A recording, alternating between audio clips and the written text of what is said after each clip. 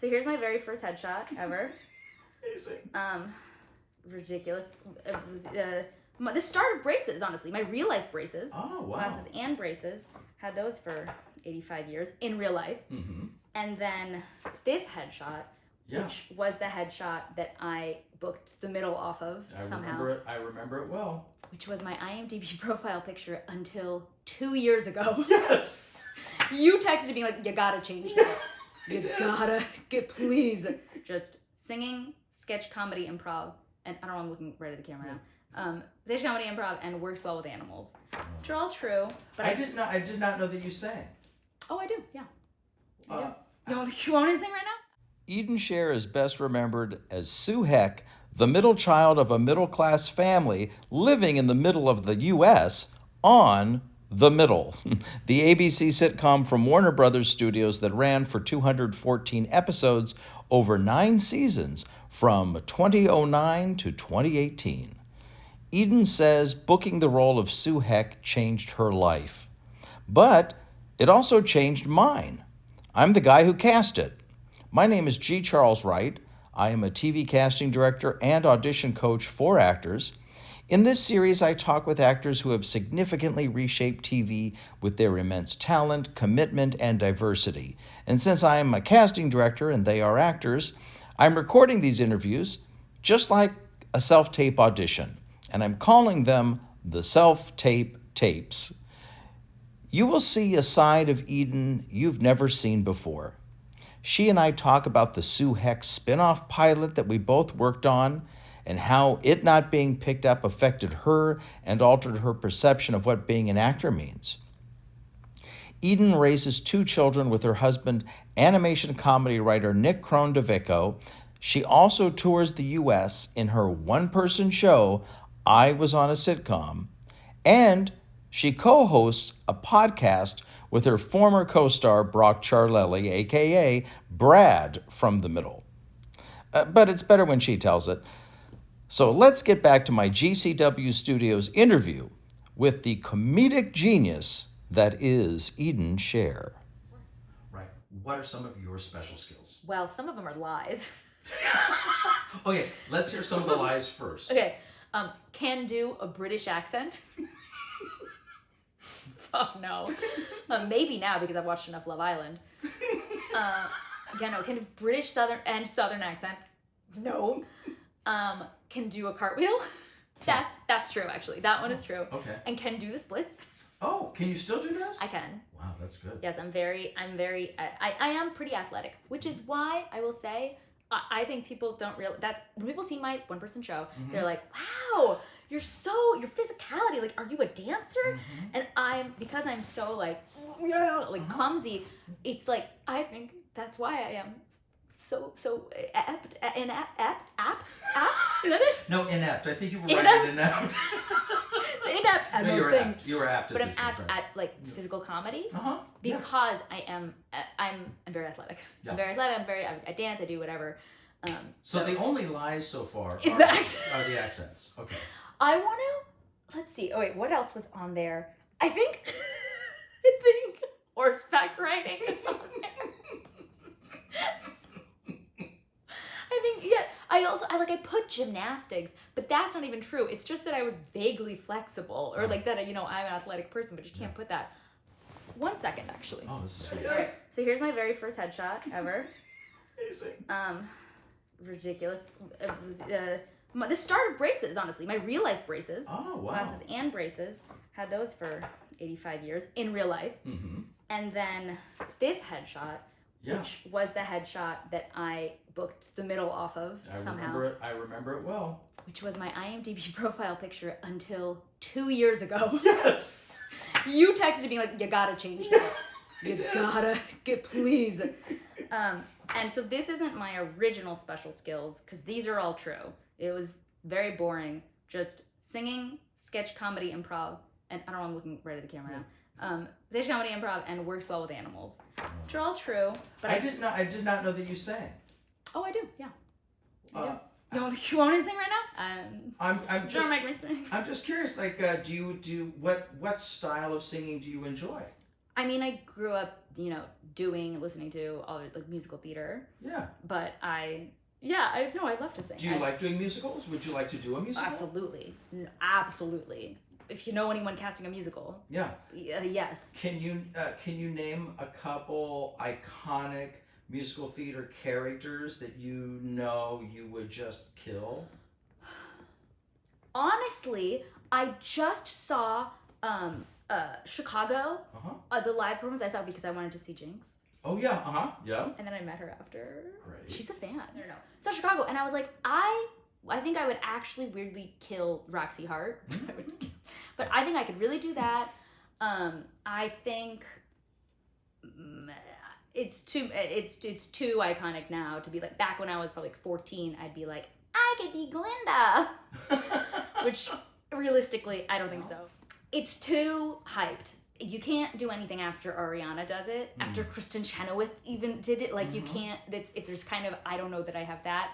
I will say. I feel like you have that. I feel like you could do something. I think you would be really fun in it. You're not going to be either of those people, but in truth, neither of them are going to be you either. So. That's true. Yeah. I would do it. That's real, like pie in the sky. But Millie, Thoroughly Modern Millie. Yeah. And you know what? There's no Sutton Foster, but I think I could do me. I think I would do a really good Eden Millie. My first paid acting job was a Capital One commercial when I was 10, 11, I want to say. I think they shot a version where I said, "What's in your wallet?" That was not the version that was aired. It was unfortunately the kid who played my brother. But it was a eye-opening experience. How so? I got flown to Canada because it was like a big budget. That's back when like commercials were like the residuals from that commercial paid for everything. Like that's what I got paid. That's when, because I started having my own money when I was 10, 11. And again, thank God my mom is who she is. She never touched a dime. Yeah. Never even touched a dime of like travel expenses, things to like get me there. Never. Like it kind of brings me to tears. But so booked the commercial. They flew me and my mom out to Vancouver. I had to get a passport. Yes. Went to Vancouver. Was there for a week. We were there for a week. Wow. Maybe 5 days, but like 5 full days. I got to I was a star. I was, a star for 5 days. I got to have my first costume fitting. It was my first experience feeling like realizing that adults can be your peers, which could go the opposite direction. It can really fuck a person up. Especially a kid. Especially a kid. I was treated as an equal. I was like, these adults are my peers. I'm working as well. I think I was always, when I think about my childhood, I don't think like fondly as like, oh, I just wish like, oh, to be a child again with no responsibilities and no worries. Like, no. I'm so much happier to be an adult. I never felt like a child. Ever. So having this experience where I was treated pretty much like an adult felt like, oh my God, people respect me. And I got to like learn something. They were like, here, I got to show off that I was like a quick study. So like we had to pretend to ski, I think we were at the top. I don't know. And I was just able to do the things they wanted me to do because I was such a golden retriever, like literally hitting my mark, like how they train dogs to, Yeah. I just, and I was able to learn my lines. I don't think any line was aired. None of it made it into the cut. But I was on camera. I got to have my own wardrobe. I got to experience crew and what it was like to take direction, to do something over and over and over and over again and have it be a thrill. I wasn't tired of it. I fucking loved it. And it was my first time, this weird thing that happens on jobs where you bond with people instantly. You have this you become enmeshed instantly. You were like friends for life. People from that commercial shoot now, I still think I would feel as comfortable with them as I did. So yeah, it was a Capital One commercial and I had the bug, even with just a little commercial. I was like, I got home and I felt depressed. I was like, oh, I miss the wardrobe people. I miss having, I don't know. So that was it. It was a commercial. Did you feel that way doing when you were doing school theater too? Like when you would finish a production, would you get depressed afterwards? Absolutely. Yeah. Absolutely. That's I feel like that's probably more as like a known thing because it's such a high, being on stage and then coming down from it. But it is, yeah, for sure. It's because it's a thrill. It's a thrill getting validation from strangers. I'm sort of being cheeky about, the goal of it to get validation from strangers, even though that is real. Yeah. But a big part of it is the other side of it, which is the fulfilling aspect of working together towards the common goal, of becoming this unit, of being able to, like I said, this one aspect of the world where I was allowed to be, where I was allowed to have as many emotions as I wanted, be as loud as I wanted, be as big and all over the place, and just like get to, it's like it's a little like the high of throwing a temper tantrum and coming down and being like depleted. Yeah. And when you become this unit, this one symbiotic thing with, even in high school productions, there are several, 50 some odd people, all like, you got the drama teachers, you got the costume department, you have the tech people, you have there are all these different departments in school that you all work together, you're all working towards this common thing. You, again, you all need each other. Yeah. You all need each other, and you're all making, you become one, you're just, you learn. There's nothing like it. You really get in tune, in sync. You have to become one with everyone around you. Yeah. And that is such a high. That is so it's this togetherness. And then when it's done, it's alone. Yeah. You're alone, and it's like, and then you have to live with yourself. You have to sit with yourself being alone. You're like, do I even like this? This is tough. My first real acting job outside of commercials was a short film directed by Jamie Babbitt, who is a big time TV director now, and she directed some of the middle. It was a short. It was so weird. I'm sure she would even say like, yeah, it's bizarre. When she was a student at AFI. It was about like an older lesbian couple who got like stranded on the road because I played a I don't even understand it.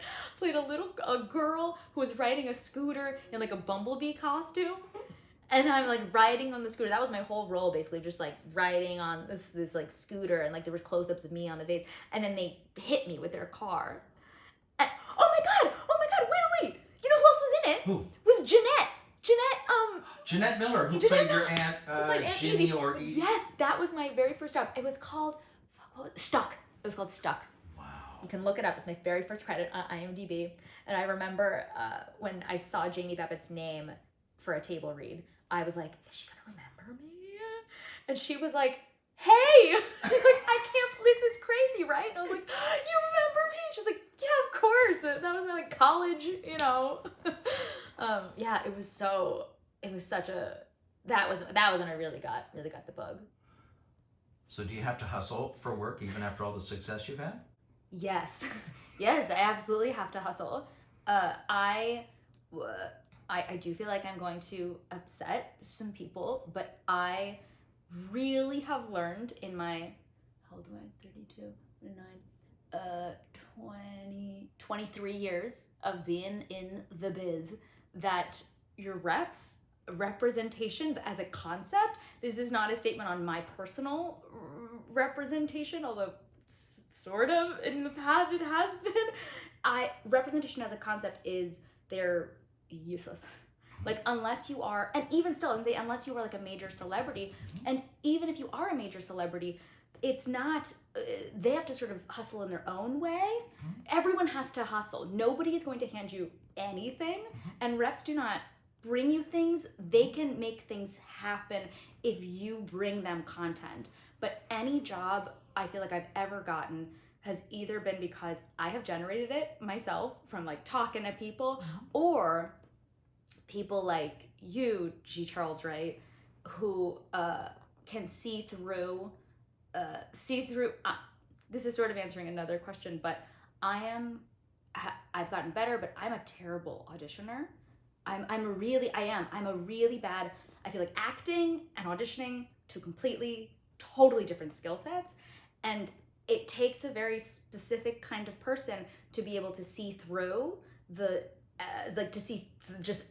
to really see into the soul of an actor.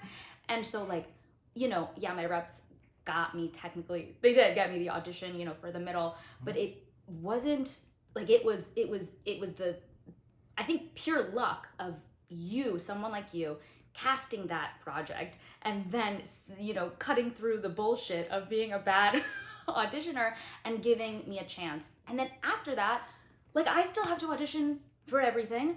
And I'm doing this one woman show. I did the whole thing myself. I brought it to my reps. They were like, So I was like, okay, I'll just apply to Fringe myself. I'll coordinate the whole thing. And I guess I will now drop you and just booked a whole tour myself. And I feel like so much of what, I don't know. That's it. Yes, there is a hustle. There is a constant, if you're not generating the jobs, that they're not gonna come unless you've gotten to a point of being, a major celebrity. I have a follow-up then to that, which is, how do you become your own, what is involved in becoming your own tour manager? A lot of cold emails. Huh. Just pure cold emails. I probably emailed 100 venues. I emailed 100, because that is, I think, the biggest secret. The biggest secret of the industry is nobody knows what they're doing, and people just cold email. Mm-hmm. And sometimes you get one back. Mm-hmm. And eventually the cold emails lead to, relationships, and that's when people are like, I'm a really good manager because I'm really well connected. Mm-hmm. It's like, but it started with a cold email. Mm-hmm. And if you are a good, good managers are just kind of people. Mm-hmm. And so if you can be your own people person, and obviously I was at a real advantage because I was at least, I had some credibility. Yeah, but even though your email is cold to them, when it arrives, they know who you are. Yeah. So I just learned on the fly of how to do this. And it really, again, it's the hustle, because then I have a booking agent who books me shows, but now, I couldn't have done that had I not, now I know the ins and outs of live performing, of what it entails, how much, everything, so that you have to be so on top of your shit. It is so, I feel like it's a cliche, but it is just so easy to be taken advantage of, mm-hmm. or for people to just walk all over you, because if people don't know, they don't know if they should be emailing their reps, be like, hey, can you follow up, or can you whatever, or can you get this, can you get these people to do that? You have to, it is constant, even not with live performing, it is constantly following up with your representation, mm-hmm. saying, did you do this? Because if you don't say, do this exactly right now, here's an email to email, mm-hmm. here's that, mm-hmm. they're just not, I feel like they just don't do anything, mm-hmm. because they play the lottery. It's the lottery. They have a ton of clients. Mm-hmm. Eventually someone will book a job, but they don't care. Auditioning now, personally, for me, it's the lottery.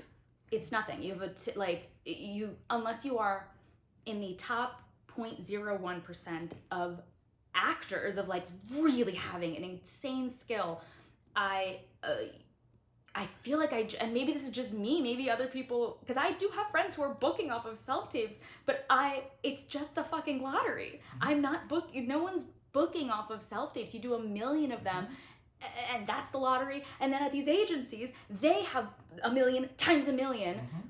And so everyone's just, no one's doing work to everyone's, I feel like everyone, this whole industry is just throwing different spaghetti against different walls. Yeah. That's part of the hustle. Yeah, for acting. Honestly, acting, working. But as a kid, I knew that, well, I'm in LA, and I would watch shows and be like, I can do that better. I can do that better than them.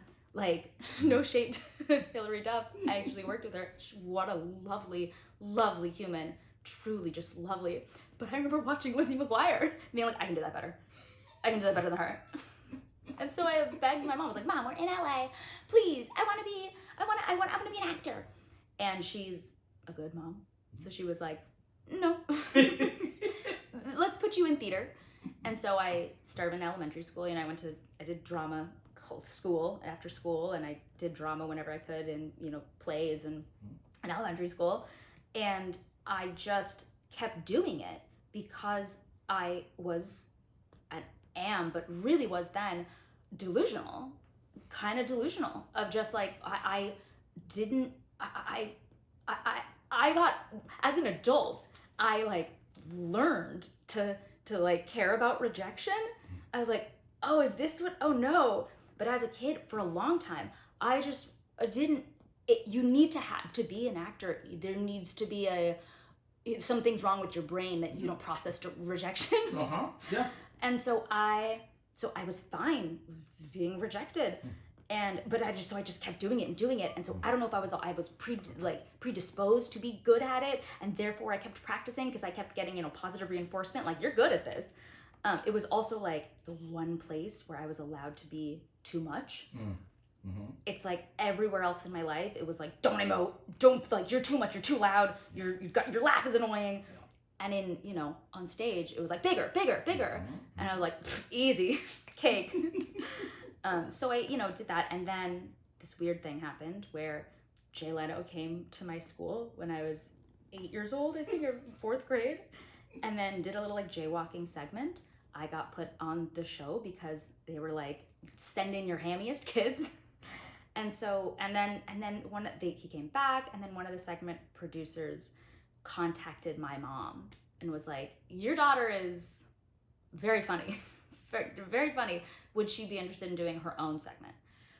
And so I did it, and I was like, see, Mom? See? I can do it. And so finally, it's like this balance of being a good mom, of like wanting to not put your kid in that position, but also you don't want to deprive them of like, I begged for so many years and didn't waver that she was finally like, at this point, if I don't allow her to do this, it's being unsupportive, or I don't know. She was like, okay, if you really, let's try this then. And she was like, let's try this. If the first second you're uncomfortable, you don't like this, we're out. But I was just like, I'll keep going. Okay, I'll do another audition. Third in La Brea. It was like our second home. And that's mostly commercial auditions there, right? Yeah. And so, to answer your question about training, I started sort of working, and I kept doing, musical theater, plays at school. And then I started like working when I was like 13. Like, I did this show for another pilot for ABC. The show went for like 11 episodes. Wasn't that Sons and Daughters? It was. Such a great show. Thank you. I loved it. I watched every episode. Really? You were the actual age on Sons and Daughters that you portrayed initially on The Middle. Yes, I was. It was weird. That's the only role I've ever actually played my age.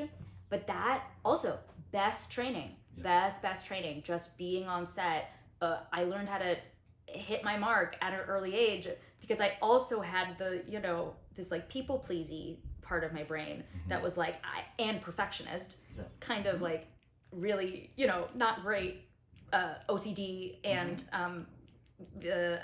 just like this like fire under me. I was a very angry child. And I just, I had this fuel of like, I'm going to prove everyone wrong. Anyone who thought I was annoying, anyone who like thinks that I'm whatever, like I will be successful, I have to be successful. And so it worked though. So being on set, wanting to please, feeling, again, the positive reinforcement, the cycle of like, if you do one thing well, you get a laugh, that laugh is everything. And then you just want to repeat it. Yeah. And so if you have the like crazy weird determination and the lack of you're able to ignore the rejection parts of it, that's the training. Yeah. And then I took some acting classes. One of my acting teachers, Adam Kolberg. Oh, of course. Who I work with now on the show I cast now. He's the dialogue coach on set. That's right. He is. That's right. Yeah. But I remember he did an episode of The Middle. Yes. And it was crazy because he coached me for my middle audition. One of the biggest things that they don't teach you in acting school, being able to multitask. Yeah. You need to know your lines, know your light, hit your mark, and also and like know where you're looking. Be able to like act and not look at a human, like little things like that. Being patient, being able to wait. like having to do the same thing over and over again. Mhm. So, and I worked on like weeds, and then I kind of didn't like work for a very long time. I did like little things, but I just, thank God that for long enough, my brain didn't develop the thing that cared about rejection. It wasn't until after the middle that I started being like, fuck, oh no, that stinks. But still not enough to keep me from, because otherwise I would have quit. Otherwise I would have been like, I'm done. Yeah. I'm not done. I just found another avenue. When I felt like, oh, I'm rejected from all of these self-tapes, nobody wants me, then I was like, okay, I'm gonna do my own thing. I'm gonna just find another way to prove everyone wrong. Oh, okay. Actually, okay. The two things I am most proud of. The first one is one that never saw the light of day, which is the Sue pilot. Oh, yeah. When I saw what I was actually, everyone's like, oh, their own worst critic or whatever. But I really couldn't watch the middle. Like I couldn't watch it after season 2. I was like, this is unhealthy for me. I can't watch this. Yeah, that makes sense. You can't, it's just gonna. No, why would you watch it? Right, you can't. You're watching yourself. It's crazy making. It really is crazy making, especially when all the other takes you did. Yeah. And what happened on set. And you're like, that's what I can't think about the what ifs of it. Yeah. And so I stopped watching it. And when I got the Sue pilot, I watched it. I wanted to see. I was in every single scene. Yeah. I was in every single scene, and it was the most labor-intensive thing I've ever done in my life. And for the people who don't know, because it did not air, you're talking about a spin-off pilot from the middle where you're still Sue Heck, but now it's a few years later. Yeah. Right? Okay. Yes. Yeah. It takes place in the future, so it's also a little bit closer to like me, Eden, at that time, because I think I was 26 or 27, and I was playing like a 22 or 23-year-old, and I really got to be a little bit more, grown up. I got to be a little more like me, and I just wanted to see. I wanted to see it, and it was the first time I was like, you know what? I'm funny. I was funny, and I did a good job. And like when I had to cry, I fucking cried. Like I actually was able to do it. I know that's so stupid. It's such a shallow thing to be like, I want to cry on camera. But like I really feel like I did it. I like felt my own emotion for the first time, and I was just like, I was proud of it. I was proud of the job that I did. I was proud of the work that I like, knowing also how tough it was on set. I'm really, really proud. I'm sad that nobody got to see it. Yeah, that is tough because you were like you said, you're the star of it. You're in every single scene, and it's a single camera show, which means you're working at least 16-hour days every day, right? And when you shoot a pilot, you get 8 days? Yes. So I think it was 7. No, but it was 8 because we got rained out. And the second thing is my one-woman show. Yeah. I wrote it. I'm really, really proud of myself that I did this thing that I set out to do. I thought I wasn't going to do it, and then I did it. And it's only me on stage for, now it's 90 minutes, the 90-minute show. Great.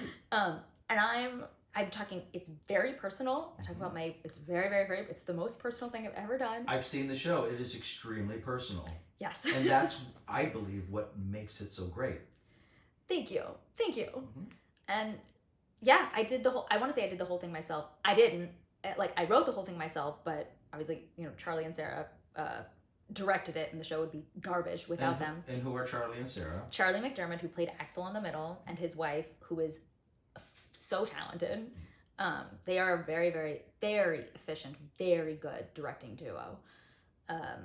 But they brought the show to, they really brought the show to life. But I'm really proud of, I just did nothing but work on this show. It's the most, I hated every second of making it. And I still did it, and I'm really proud of it. Not that I'm not proud of the middle, but I think that was less, I was more just a part of that. I didn't really have any, control. I think no, that makes sense. Absolutely. Yeah. When you're doing your one-person show, you're getting to meet a lot of fans, I imagine, afterwards. Yes. And I would bet that that's where Sue Heck from the middle is very proud, because you're probably meeting a lot of young women Yeah, I that am. love Sue Heck. I am. Yeah. I am, and it has been kind of it has been a little eye-opening about how uh, Sue really affected a lot of people, and really like, not that, and I can't take credit for this, but like really helped. Not that I'm supposed to be like I helped so many people, but like I don't know, it seemed to have helped a lot of people, and like really it felt like I don't know, it feels very validating to because again my whole career is just like getting validation from strangers, but it felt validating to be like, oh, I'm doing something that's not, because when I hear about like doctors and I'm like, oh, you have a real person job, and I'm like, what am I doing? It is nice to know like there's value in making art, right? To be candid with you, not well. Not well. I am not good at it. I do not like, I hate self-taping. I hate it because I get too, I want to go in, do it, get out. Like, the thing about auditioning is that I can just forget it. I can like, like leave it in the room. I can actually do that, but I can't leave it in the room when the room is my room. Like, I can't just leave it there, and then I have to still look at it over and over again, pick the best takes, like send it in, and it's just constantly like, did I send the right one? Did I do what they wanted? They're not there, so I don't know. And it's just so in a vacuum. It is so that's where I feel like it's really that's what's really shaken my confidence with auditioning is self-tapes. I don't know how people are doing it. That's honestly why I think I took things into my own hands, because I was like, I cannot audition anymore. I can't do it. I physically can't do it. I need to make something that I am in control of.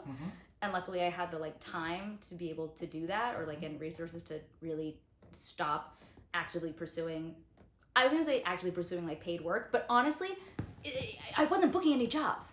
Nobody was fucking hiring off of a self-tape for me. Maybe for other people they were. I have a really, really good, one of my good friends could not stop working. She booked a million things off of self-tape. So I was like, oh, maybe it's me.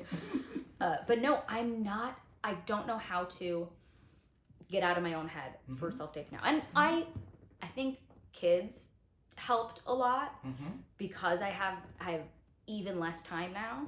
I have so little time that it's like I have 45 minutes to get this done, to get everything done, set up, shoot, like, so like I can't do 4 takes of the same thing. It's like I have to just get it done. So that's helped. But it still feels like emotionally I hate feeling like it's going into an abyss. And that's what it feels like. And how do I handle it? I don't know. Physically, I do it. I send it in. Emotionally, not well. Not well. I'm not equipped for this. I wish I had known that you really, really, really, and I feel like this is cliched, or this is not original advice, but you really cannot wait for people to do things for you. Nobody is going to do anything. No rep, no agent, no manager. If you're in a meeting with a manager and they say, I'm going to get you this, they're lying. They are lying. They cannot do anything for you if you're not doing something yourself. Whether that means bringing them literal content or bringing them you, who is better actor than me. If you are like, what you're providing them is the fact that you are the best actor that's ever lived, good unto you. Like, peace be, or like, good for you. Go with God. That's what I was looking for. Oh, there you go. Yeah. I like peace be unto you. Can you tell I'm Jewish? Peace be unto you. Yes. No, I wish I had literally just emailed. I wish I had followed up with all of my representation 20 times more than I ever did growing up. I wish I had pushed and nagged. I wish I had created more. I wish I was just waiting. I feel like I was waiting for a long time. Auditions, especially now, it's the lottery. It's like nothing. You sure play the lottery, like audition, why not? Like, do it, but you also have to be doing other things, which is kind of annoying that you're just expected to also be a creator, but you have to be like, just be creating, whatever that means to you. Whether, even if it's not like acting, if it's creative, if it's a garden, if you like gardening, if you're creating a garden, creating plants, constantly be doing, like, you have to stimulate your mind and be thinking of like other things to do as a whole person. And hopefully some of it relates to like actual what you want to do to make money, but like you have to be bringing, even if you don't have representation, just like you just constantly have to be doing things yourself. Nobody, that's what I'll say, nobody. People are helpful for sure. Like you've been so helpful, so helpful, but you can't just, I can't sit around waiting for you to bring something to me. That's right. And if I was like, I need and you can't be afraid to reach out to people for help. Like I, at a certain point, I wouldn't, I might email and be like, hey, just curious, do you got anything? Do you have anything for me? And you have to be okay with people being like, not right now, no, I don't. But like, you have to talk to people. No one's gonna do it for you. No one does anything for you in the bet, and like, I'm sorry, like nobody cares about you, so you have to care about yourself. And that's not true. People care about you, but like, no, but what you're saying is absolutely true. Yeah, you can't expect other people to take care of you. You really can't. You have to take, especially if you're not willing to take care of yourself. Thank you for doing this, Eden. Thank you so much for having me, G. I'm excited for your fans to watch this. Me too. This was really, really cool. I'm really, really glad. I'm genuinely really glad that you reached out about this. It's funny that this like almost isn't even.